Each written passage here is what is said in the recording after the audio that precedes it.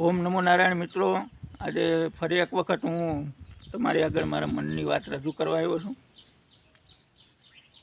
કે ભાઈ ઘણી વખત આપણે પ્રશ્ન થાય કે ભાઈ ફૂલ વીણવા એટલે શું. અમુક વ્યક્તિના અવસાન પછી ફૂલ વીણવા એટલે શું. તો મારા પિતાજીને એવું કહેવું છે કે ભાઈ ફૂલ વીણવા એટલે તમારા પિતાજીની હયાતી હોય ત્યારે જ એની જિંદગીમાં જે સારી બાબતો હોય, સારા વિચાર હોય એને લેવા, એટલે ફૂલ વીણવા. ન કે પછી મૃત્યુ પછી એના અસ્થિઓને વીણીને પવિત્ર નદીમાં પધરાવવાથી એનો મોક્ષ થાય એવું નથી.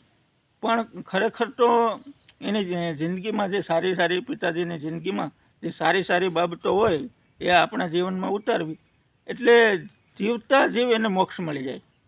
આપણે એના જે સારા વિચારો લઈએ તો એને જીવતા જીવ મોક્ષ મળી જાય. ઓમ નમો નારાયણ મિત્રો.